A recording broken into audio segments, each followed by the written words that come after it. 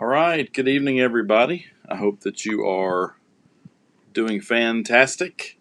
And it's Sunday evening, November the 15th, and we're here to study the book of Nehemiah. We will be in the end of chapter 6 and chapter 7. So let's see who has jumped on to be with us tonight. Hi, Shannon Johnson. How are you? Hope that you are doing well.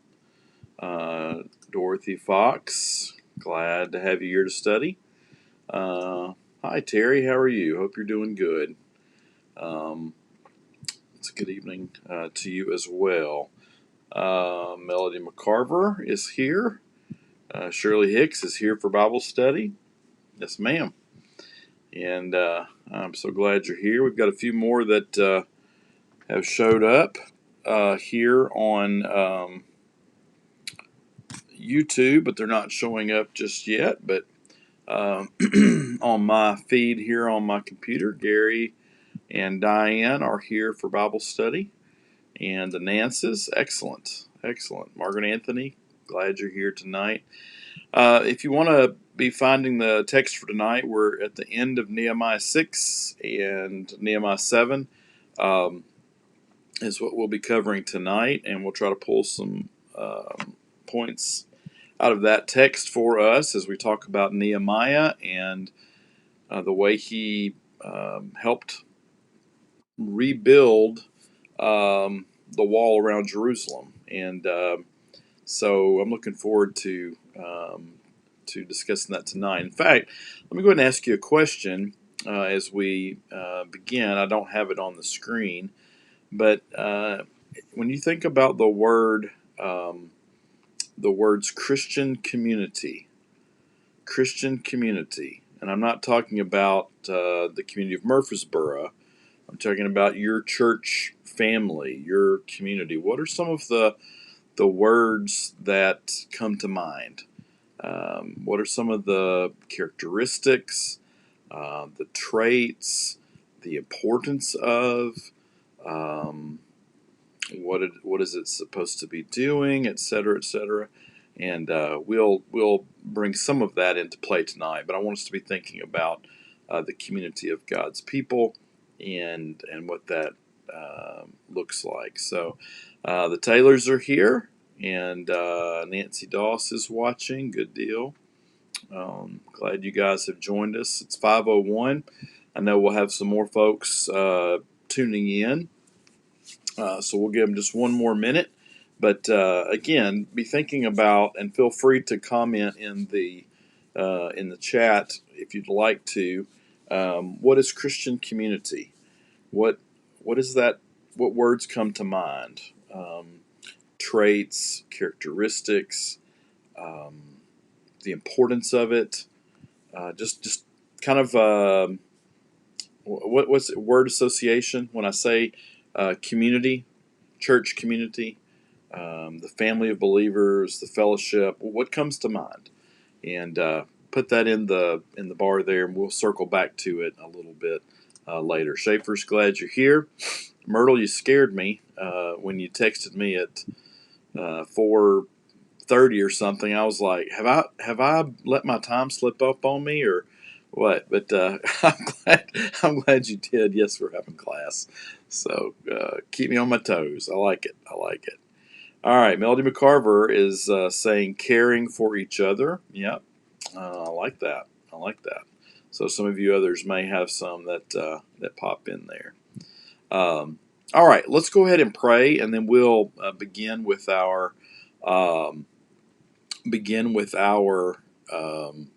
study. And Myrtle, don't apologize. That is okay. It was just one of those. I had just a quick moment, and then I realized, oh no, it's 4:30, so I'm good. Brenda Malone watching. Good deal. Glad you guys are here. Very, very good. All right. Well, let's pray. Father, we thank you for today. Thank you for your word. Thank you for everything that you've done for us. Thank you for a great morning of worship. Thank you for the rain that we had. Thank you for the beautiful fall that continues. And we thank you for our church family. We thank you for the community that calls itself by your name here at Kingwood and also online as we gather this community tonight to study from the life of Nehemiah. And we're thankful that that story, his life and what you did at that time is in your word. And just pray that you will bless our time together tonight. So, Jesus, we pray. Amen. All right. So, Nehemiah chapter 6, the end of it. I'm going to throw my presentation up here on the screen. Let's see if we can get it to work. I think I still have sound, it looks like, according to my stuff. But we have been studying this on and off for a couple of months now, and we've kind of, in the last several weeks, been focusing on Nehemiah's strong spiritual leadership and what are those tasks? What are those things that he did as a strong spiritual leader? And let's list those. Encouragement. Yes, he was keeping them as they were building the wall and rebuilding it. He kept them encouraged when it was so easy to be discouraged. He focused on his personal character. That can be neglected. You can think, well, I don't want to focus on myself. And that's not what this is in the sense of selfishness as much as it is. I just got to maintain focus on what's important and not take advantage of my situation and the things that are going on. He spent time restoring relationships between the nobles and the people. You recall the story within this big story that we're talking about where the nobles were charging interest and taking advantage of the poorer people. And then last week we talked about listening for God's voice and the ability for Nehemiah had to tune out Tobiah and Sanballat and others that were even under their that they had hired to try to get Nehemiah to come visit them or to give up working because it was useless and things like that. And so Nehemiah's focus on I got to listen to God. And do you remember his short prayer, Lord, strengthen my hands? What a great daily prayer at any time of discouragement. Lord, strengthen my hands. Strengthen my heart, whatever it takes. And so so that was the tasks that have kind of come to the fore so far. So let's keep digging, and I want us to go back because I kind of glossed over it unintentionally at the end of last week's class. But here's this big moment at the end of at the end of Nehemiah chapter 6. And this is an ultimate kind of climax, kind of a triumph.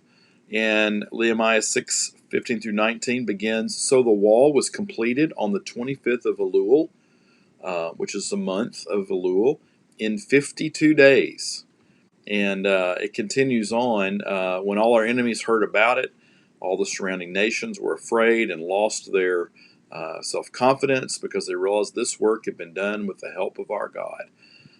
Also in those days, the nobles of Judah were sending many letters to Tobiah, and replies from Tobiah kept coming to them. So they were continuing to communicate with this Tobiah guy amidst the successes that Nehemiah and the wall builders were having.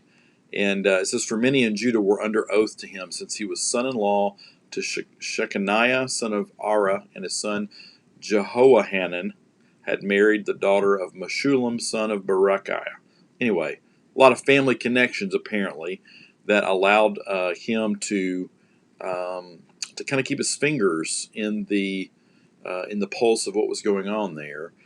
Tobiah had an influence. And he says, moreover, they kept reporting to me his good deeds and then telling him what I said. And Tobiah sent letters to intimidate me. So there's kind of this divisiveness in the camp about, oh, Tobiah's a good guy. This is what he's doing. And then Tobiah would send letters and tell Nehemiah, yeah, you're trying to make this your own kingdom. I don't know if you recall any of that from the last part of chapter 6 that we were in. Tobiah was basically trying to, what's the word I'm looking for, blackmail him into giving up by saying he was going to send letters to the king about what Nehemiah was really up to. And so, anyway, there's just, look, when you deal with people, and we're all people, when you deal with us, we can get some alliances and some allegiances and some motivations and political alignments that are not godly. And when I say political, I don't necessarily mean um, United States politics as much as I do just we have a tendency to take sides, and we have a tendency to work to our own benefit and our own ends. And so here's that playing out many millennia ago, just as it does today in any kind of organization or family or group of people. And so let's continue reading, because I want us to see kind of something that happens. And actually, before I do that, here's the deal. Okay, so we've gone through Nehemiah's story. He's the cupbearer. He hears the news. He's crushed about it. He wants to do something about it. He faces his fears. He goes and talks to the king, and then he makes this journey to Jerusalem to see what is going on, and he assesses it and begins to rally the troops, if you will, those that are living there still in this rubble, to rebuild this wall, and with the king's permission. And he faces these obstacles, and all of this stuff is going on, but they get to this highlight moment in Nehemiah chapter 6. I think it was verse 15, right? The wall was completed. The wall was completed. Ta-da! The end of the story, right? No, it's not the end of the story. We're only halfway through Nehemiah. So what in the world could they still want to talk about? Because God picked Nehemiah, put a call on his life, and he came and he helped rebuild the wall, and everybody lived happily ever after, and that's all he had to do, and he stayed there or went home or whatever. That's kind of the way the storybook ending might have gone, but that's not what happened. And there's still a lot of good things to happen yet, but um, I love that this account um, kind of keeps going. And this Ezra Nehemiah account, I'll give you a little hint there by saying that. So here's a flashback to an earlier encounter, and I'm going to let this set the stage for what we're going to talk about. We're going to talk a little bit about the community that Nehemiah is building. Okay, and so here's a flashback from Nehemiah 4:2, and I believe this was Tobiah or Sanballat. Honestly, it may have been Sanballat that says this. Um, and here's the taunting going on, right? What are those feeble Jews doing? Will they restore their wall? Will they offer sacrifices? Will they finish in a day? Ha ha ha. Here's the verse, and it turns out to have an enormous sense of irony, I think, because he says, can they bring the stones back to life from those heaps of rubble, burned as they are? Can they bring the stones back to life? Now, stones are not living things. They are inanimate objects. Um, you might argue that crystals grow or something like that, but they're not living organisms like plants and animals and other things are. And here is a taunt that says, can they bring these stones back to life? Can they bring these stones? Can they bring the stones back to life? Well, we're going to see that Nehemiah, with God's help, can bring the stones back to life.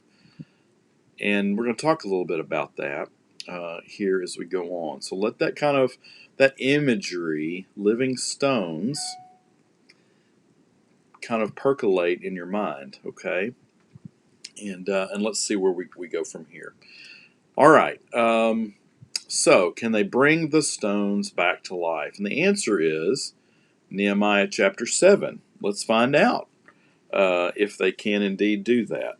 So after the wall has been complete and they're continuing to be harassed, here's what happens in Nehemiah chapter 7, verses 1 through 5. After the wall had been rebuilt, and I had set the doors in place, the gatekeepers, the musicians, and the Levites were appointed. I put in charge of Jerusalem my brother, Hanani, is what I'm going to say anyway, Hanani, along with Hananiah, the commander of the citadel, two different people, because he was a man of integrity. This is kind of an interesting line. And he feared God more than most people do. So I don't know. I don't know if that translates to our vernacular, where you might say, "Ah, he's better than most." But it is interesting that he fears God more than most. He's someone who definitely gives credence to God. And so then he goes on to say, "I said to them, the gates of Jerusalem are not to be opened until the sun is hot. While the gatekeepers are still on duty, have them shut the doors and bar them. Also appoint residents of Jerusalem as guards, some at their posts, some near their own houses." Now the city was large and spacious. Listen to this.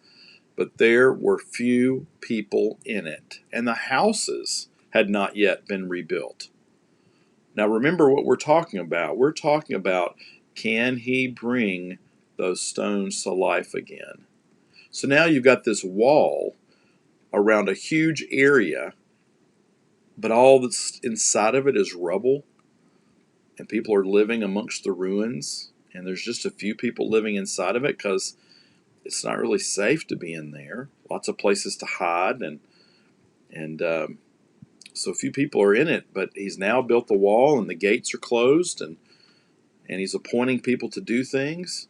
So my God put it into my heart to assemble the nobles, the officials, and the common people for registration by families, and I found the genealogical record of those who had been the first to return. So Nehemiah is not the first one back. Remember, there are some that have already been kind of, what's the word, rejected. You're not really going to fit what we're doing here in Persia or in the kingdom over here as an exile. You're kind of not really worth us feeding you, so we're just going to send you on back. You're older, you're weak, you're sick, whatever. And this is what he found written there. And then he goes on to list some folks. So I want us to think about this, and I don't dare try to read this next section. I mean, it would be, you know, laughable, my pronunciations, and there's no telling what would come out of my mouth. But I want you to look through this next section, and it's like 60 verses long. And I want you again, with this in mind, can they bring the stones back to life? The wall is built, but inside is empty and spacious and still destroyed. And we've kind of talked about this whole Nehemiah thing in the context of rebuilding our own lives, and rebuilding whatever troubles we're having to overcome. But I want you to look. I'm going to categorize the different groups that he is finding out about. Okay, and so there's a list of the men of Israel and the men of Bethlehem, and then he gets to verse 39, and he talks about the priests. In verse 43, he talks about the Levites and the singers, and he lists their names. It's interesting there in verse 44, the descendants of Asaph. You know, that's just kind of a little freebie here. The descendants of Asaph. If you've read the Psalms much or recently, and you've noticed any of the superscriptions, besides David, there are obviously Psalms that are not attributed to any authors, but there are a number contributed to Asaph. And here are his descendants.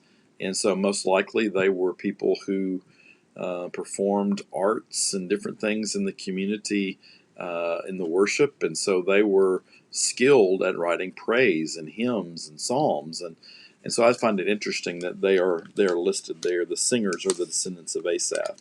So here are the gatekeepers in 45. 46 is the temple servants. 57, the descendants of the servants of Solomon. You know, kind of a flashback to the old kingdom of Israel. You know, first led by Saul, then by David, then by Solomon, and then it splits up into the northern and southern kingdoms. But anyway, on and on it goes here for those verses. And I don't. My point is, I don't want to go to the. I don't want to take the time to try to pronounce everything wrong. But I don't want to gloss over the fact that there are names, there are individuals written here, names, Uzzah and Sisera and Darkon. Just name after name. Nebo. It's just interesting to me. And there would have been pride. And I'm not talking about the wrong kind of pride, but there would have been this excitement of being an individual who was a, part of this repopulating of Jerusalem and filling, as Nehemiah said, the Lord put on my heart to fill the city of people. And it would have been exciting to be part of that, right? I get to go. I get to be in there. This is exciting, you know? And Nehemiah went about filling it with lots of those people. Let's look back, right? Priests, Levites, singers, gatekeepers, servants. There were all kinds of people that had different jobs, and they functioned in the worship of God, but they also served the governor and so on and so forth. He's rebuilding this community, right? Let's continue to talk about that. Excuse me, and let's look at the next section of Nehemiah chapter 6. So Nehemiah, I'm going to read the last 7 verses again of this chapter, and if you want to do your own tongue twister, feel free to read those names on your own. And I mean no slight by it, other than or that it's not important. It's just a long list. So, but here he goes. The whole company numbered 42,360. Yeah, he didn't say around 41,000, around 42. I mean, he was very specific. 42,360. Everyone mattered. There was also 7,337 male and female slaves. Those would have had to do a lot with indebtedness. I don't know if you find it interesting that the ones that have been rejected as slaves may have had slaves. And again, don't think in terms of American slave trade. That's not really what this is. In our that dark period in our history, this is something different in the ancient world. But he counts them. They also had 245 male and female singers, so he counts the singers. There were, they counted the horses and the mules too. I mean, you got to count everybody, right? 736 horses, 245 mules, 435 camels, and wow, that's a lot of donkeys, isn't it? I mean, 6,270 donkeys. Apparently, that was if you said Ford, Chevy, Dodge, Nissan, I mean, we know the most popular, and all those were not for riding, obviously. Some of them were for working, but donkeys apparently is a pretty popular animal to have back in the day. 6,720, and maybe that was, something that they could afford or suitable for their living. But then there's more. It says some of the heads of the families contributed to the work. The governor gave to the treasury 1,000 derricks, don't know what that is, of gold, 50 bowls, 530 garments for priests. So you didn't just go to Walmart or started to say Kane Sloan. Oh my goodness, that's how old I am. You didn't go to Dillard's or Joseph Banks, A. Banks, or wherever to get your stuff. You had to make it, and they went to the richer families there, the well-off families, and the governor, in this case, gave all these items for reassembling the temple and the singers and outfitting them, and they're rebuilding from nothing, right? Hey, I need this from you, and can you donate this? And they're assessing where they are. They're rebuilding. We all maybe know that process to some degree when we are rebuilding. So I find it fascinating. Let's continue to read here. Some of the heads of the families gave the treasury for the work 20,000 derricks of gold and 2,200 minas of silver. And so the total given by the rest of the people, so you had the governor, you had the wealthy folks, and you have the rest of the people giving 20,000 derricks of gold, 2,000 minas of silver, and 67 garments. They were able to cobble together enough stuff to do that. And so it says the priests, the Levites, the gatekeepers, the musicians, and the temple servants along with certain of the people and the rest of the Israelites, settled in their own towns. So everybody's kind of settling back in their own towns because, again, Jerusalem is still, a pile of rocks, basically. It had been leveled after the exile, after the, after the exile, but after the invasion, really. And so when the 7th month came and the Israelites had settled in their towns, I'm going to stop right there. So that's where it kind of ends. And we'll pick up there in chapter 8 what's going to happen there in now that they've gotten all the clothes distributed and they've gotten some emblems of worship and some money and some. I'm going to leave that to your imagination, or if you want to be a cheater, which is fine in this case, go ahead and read Nehemiah chapter 8 and start to read that, and we'll talk about that next week. But so to kind of drive home this point about Nehemiah chapter, really the end of 6 when they complete the wall, and then 7 when he feels in his heart the Lord saying to repopulate and fill the city.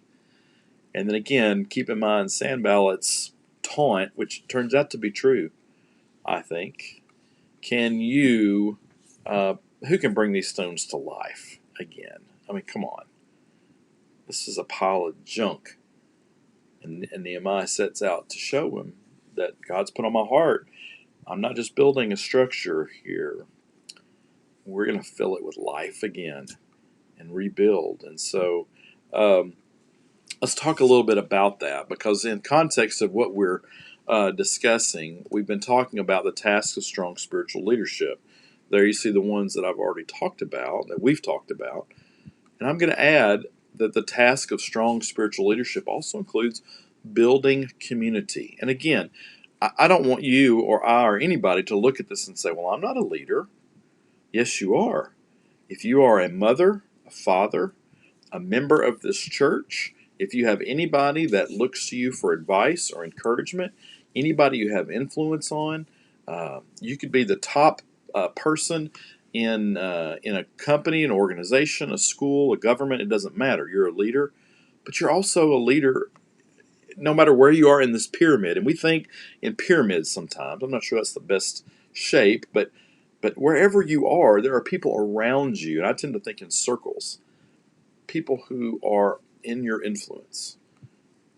Your children, your parents, your grandparents, your friends, your neighbors, your coworkers. You have some influence, degree of influence, and it may change, but you're a leader. You are a leader. If you look at influence as leadership, and I do, you have opportunity to lead. And so these traits, these characteristics should apply to any or all of us that we should aspire to have. And so one of the tasks is building community. We are to build community, right? And so here is Nehemiah who is doing that. And so I want us to look just at a couple of things. I want to look back and see if there was anything that you guys said about community building. Let's see. There was a couple of things early on. And I have a tendency to just get going, and I don't look at comments, and I'm so sorry about that. But here's Rodney King, who says it's one of the characteristics, I guess, that the word association that he comes up with is single purpose and like-minded. And I'm going to come back and reference that. Single purpose and like-minded, because I think that's right when you have a community. Let's see. Dorothy Fox says, I think of love for God and others, support, loyalty, kind of similar to family representation, encouragement to each other and others as well. That's right. And then I think Shannon Johnson was referencing one of those measurements of the amount of gold that they gave 19 pounds of gold. That's pretty much a lot. But okay, so I don't know what you think of when you think of community. I bet we all have some of the similar things. I think a lot about Acts and the early church, and they had all things in common, and they they fellowshiped and devoted themselves to the apostles' teaching. They broke bread. They prayed. They met in homes. They commissioned others to go and spread the word. They endured persecution together. They, on and on it goes. They prayed until their houses or their where their meeting is shaking. That's that Christian community, God's people. And or you may think of the Old Testament and the people of God, Israel. We talked a lot about that March and April and May when we did the land between series, and a particular episode or story there where they were in the wilderness and God was using that to form them before they went into the promised land. But anyway, there's a myriad of things you might think of, and so but we all know the value of it, and we all know it when we feel it, and we know it when we see it, and we also have seen when it isn't there, and felt it when it isn't there. And maybe it's interesting. As I watch sports, I love watching for little subtle cues um, that that show me that a team is really a team and not just individuals. It's the way they play, whether it's basketball, football, whatever. It's the way they pick each other up when they're down. It's the way they compete. It's the way they don't blame each other. It's just all those things. But I love picking up on those little cues, whether it be on the field, on the court, or off afterwards in the interviews, or just different things. It's just I love it, and you can tell when there is a group of talented individuals who do not defer to each other, and they're not playing team ball. And I've played with guys that struggle with that. I've been a guy that struggled with that. We all have probably. Um, when I played sports many, many, many years ago, I've played in my real life. I've had experiences like that, and I'm sure you have too. But it's a beautiful thing when we get to experience it. And so, I want us to talk about. I want us to talk about two or three tasks under that building community that I think come out. And I'm going to do this pretty quick because it's 5:30. But I want us to look at a couple of things here that Nehemiah does, and let's see if we can, as you think about leader, you know, this is kind of what's involved. So we see in verse 1 of chapter 7 that he is lining people up to do what they're best at and what they need to do for whatever reason. He's giving the team responsibilities. You do this. Who's the singer? Who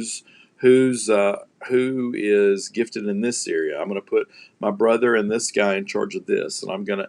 He's making sure that you got the right. It's often talked about, having the right people on the bus, but having the right people on the right place on the bus, and that's kind of what's going on here. As Nehemiah gives these team responsibilities, good leaders do that.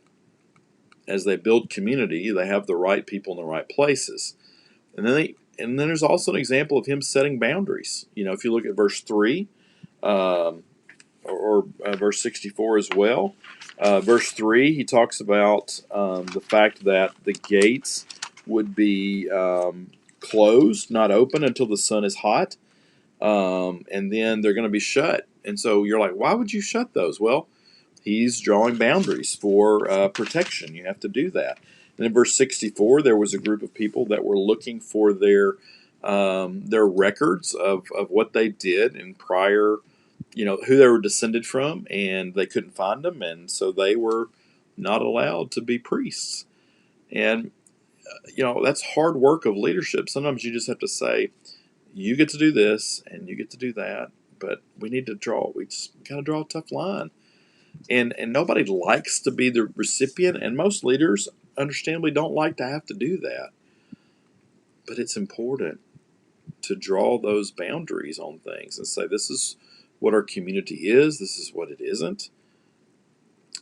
This is who we are, and you do it in love, and you do it with a purpose, and you don't do it mean spirited at all, and you don't do it in an exclusive kind of way, But in this case, Nehemiah is situating the team for success, and so let's skip here again. I want to be quick about this, but if you look at the end, and we read that Shannon referenced the the 19 pounds of gold. I don't. Maybe she's saying she's bringing that this next Sunday. I'm not sure if that's. I know that's. I'm just kidding you.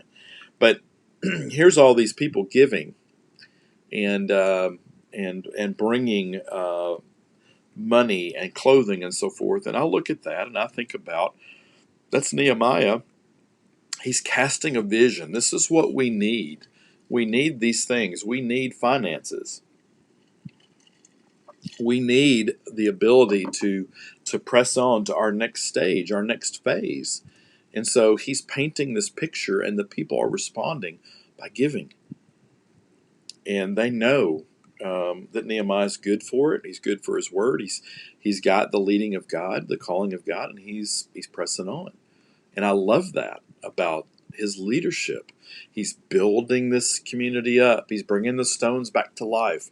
God's using him. He's not doing it on his own, but he is. And so, here's that kind of thing. And then I want to show the last one here. It's kind of all inclusive, right? When you talk about community building, and maybe it's just so simple that it kind of boils down to this, right? Just love the people. Love the people. Can it be that simple? Some people would say I'm a simpleton, so maybe I am in this case. But look at Nehemiah chapter 1 with me, and let's look at verse 3. This is back at the beginning when some men came to Nehemiah, and they said, "Those who survived the exile are back in the province in great trouble and disgrace. Remember, the walls broken down, the gates have been burned with fire." So basically, the people are in great trouble and disgrace. Remember this? We talked about. What was his reaction? He wept. He wept for days. And then you look at verse 10 as he prays to God and is asking, what to do and his role in this. And you can tell he's wrestling with this. Remember? This is kind of a review from many months ago. But he says, "They're your servants and your people, whom you redeemed by your great strength and your mighty hand." Lord, these are your people. They're my people. They're your people. I love these people. These are mine. They're yours. And so, when we hear Nehemiah's language and feel his passion, yes, it's important to get the right people in the right place. And sometimes you do that and you don't do it. You do it well and you don't. Sometimes you draw a boundary, too hard or too soft. And sometimes the vision gets a little muddied. But you know what? There's one of these four things that you've got to do. We've all got to do to be able to build a community. And that's love the people. What does it say in the scriptures? Love covers over a multitude of sins. Good leaders are not perfect leaders, but they are leaders who love the people. And I'm thankful for the good examples that we have here at Kingwood with our leaders, our elders, our shepherds. I'm thankful for others that I've had in my past. I'm thankful for good leaders in my family, past, not me, but generations ago that have loved their family. And so, as I read this about Nehemiah and him bringing the stones back to life, it's something that maybe you've been by our building before. I'll kind of do this to wrap up. Maybe you've been by our building before during the week, our church building. I'm in the offices now. I don't know if there's another soul here. There may be on the other side. I don't know. But sometimes if you walk through our building during the week or after hours, or you've been here for an event or something, and you kind of walk in the auditorium and it's really quiet in there, really really quiet, and the lights are off, and you're like, man, this is kind of weird, and this is empty. It's kind of dead in here, and it's because why? Ultimately, that room is just a room. It's designed with a large gathering in mind, and it's organized in such a way that we can worship in it. But without the people, that is just a big room. And I don't know if I'm ever going to get over that. The difference between walking through there during the week when that room is not full and being in there on a Sunday or some other time when we are gathered, and the life that's in that family room, if you will. And that's kind of where Nehemiah is at. He's built this great structure. It's an enormous undertaking and project, and he has um, just, um, done something amazing in 52 days.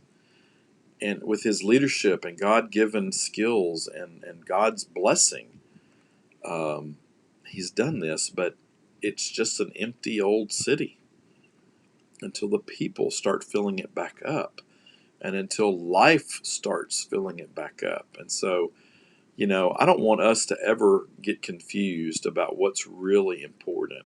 But it interrupted, so if you get to watch this part later, that's fine.